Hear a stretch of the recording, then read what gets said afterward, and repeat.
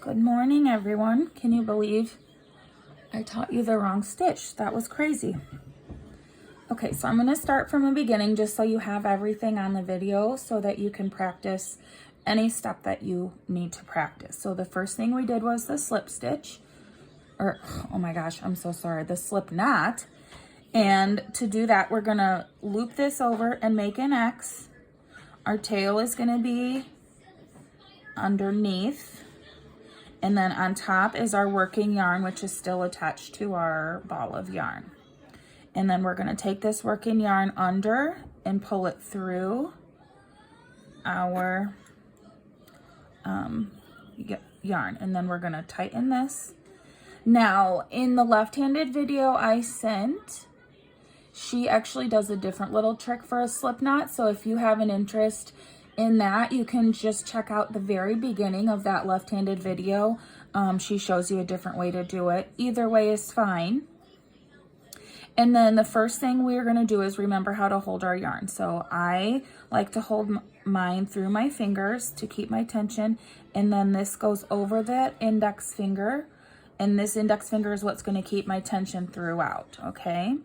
The lady in the left-handed video holds it the same way. If you're interested, you can YouTube different ways to hold it. Most people I've found hold it like this.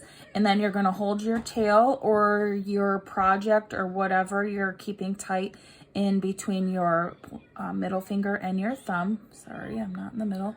Right here. And this is the two things you're going to use to keep your project tight.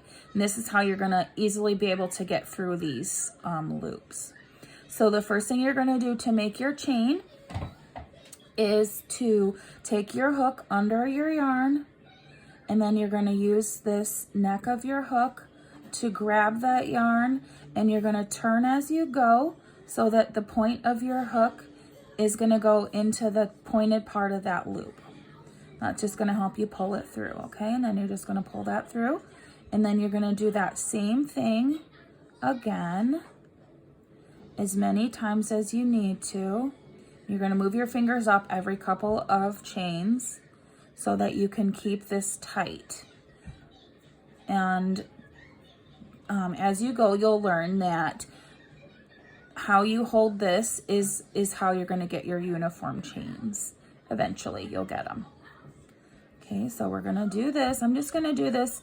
I'm just gonna make a handful of chains. I'm not even gonna worry about counting them because I just want you guys to get comfortable making a chain and then turning that chain into our first row of stitches, okay? And that's all we're gonna do in this video. And then I'm gonna make a whole separate video to help us get started with our washcloth and using our stitch markers to make even and counted rows. So I'm just making a handful of chains here. I'm trying to do this slow so you can follow along, but also not make your video too terribly long. Okay, so we made about this many. And you can see that since I was doing it so slow, my chains are pretty fat and circular. And like I said, the look of your chain is really not a big deal, especially as you're getting started.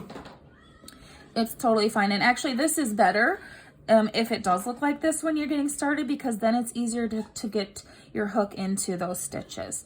So the first stitch of your chain is going to be this stitch right here where your yarn comes out of, and we're not going to use that for single crochet. We're going to skip the first one, and this is just going to give us a little bit of height that we need to get into those first stitches. Okay, so we're going to stab this into our second stitch. We're going to skip this first stitch. We're going to stab into our second stitch. You can see this little V shape, the top one, and then this bottom one is your V. The middle one is actually the bottom of the previous V, which goes into your middle of your stitch and then makes those little bumps on the back, okay? Now, you can choose if you like to just go through this very top loop of your V, or you can go through the top and this middle one, which is what makes that back bump, and that's how I like to do it, but you can do it either way. It does not matter, okay? So I'm gonna go through the top and the middle, and then I've got a stitch on my hook, and I've got my beginning loop on my hook, okay? Then I'm gonna take my yarn under just like I did for the chain, and I am going to turn as I go, and I'm gonna bring this through here, through that stitch, and then here's where I showed you wrong. I told you to take it through both. That's actually a slip stitch. That's not what we need. So you're gonna take it through so that you've got your beginning loop and your new loop on your hook, 2 loops on your hook. Then you're gonna yarn through again and then pull it through both loops, okay? That is a single crochet. That's what we're gonna do all the way down. So then you're gonna find your next V. Remember, you've got your top, your bottom, and the middle one that's actually from the bottom from your previous chain that's gonna go back and make that bump on the back. So you're gonna yarn over again. Sorry, I lied. Do not yarn over. Stab through your stitch. So I've got a stitch and a loop on my hook. Then you're gonna yarn over and pull it just through the stitch. Then you've got your yarn over and your beginning loop on your stitch, 2 on your hook, 2 loops on your hook, okay? Then you're gonna yarn over again and pull through both. And this is actually it has an extra step, but it's actually easier than the slip stitch.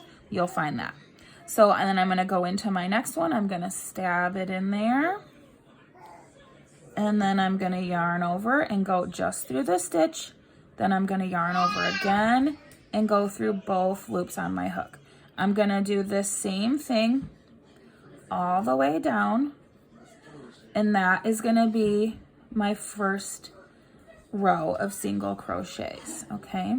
I'm gonna keep you on here while I go all the way through, all the way down, so you can see what it looks like at the end. This is also why I did a shorter one, so that I didn't have to stop and bring you back. Okay, I'm just gonna keep going through each one all the way down. Okay, trying to do it slowly. Okay.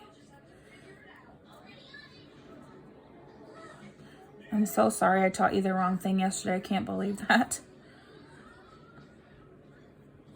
And we're just gonna keep going until we get all the way down.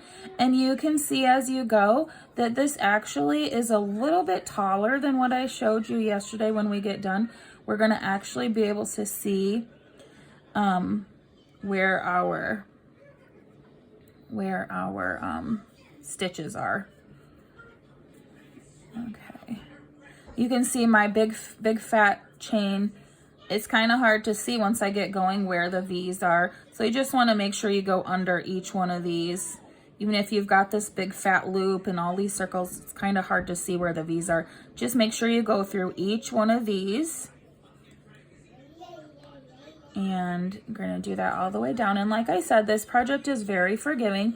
So if you accidentally skip a chain, or accidentally go into the same chain twice, or you cannot even figure out what chain is what, that's okay, because we're not gonna be able to see that at the end.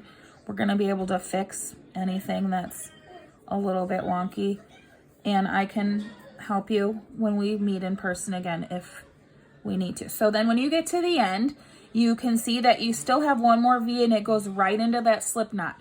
You don't want to miss that last V, because then you're going to have this. So if we turn this around and start going this way, back the other way, you're going to have this crazy looking tail here. So make sure you go all the way to the end into that very last V that turns into your slip knot, okay? And then we're going to do our last single crochet there. And now you can see that I've got my chain down here. This is going to show you the bottom part of that chain that you did not go through.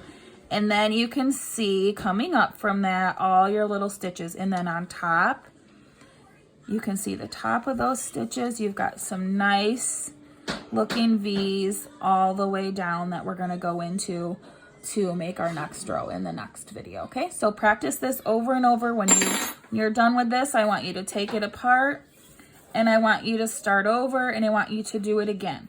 And then just keep doing that until you're comfortable making that first row and how you're holding your yarn and your hook. And then we're going to move on to our washcloth, okay?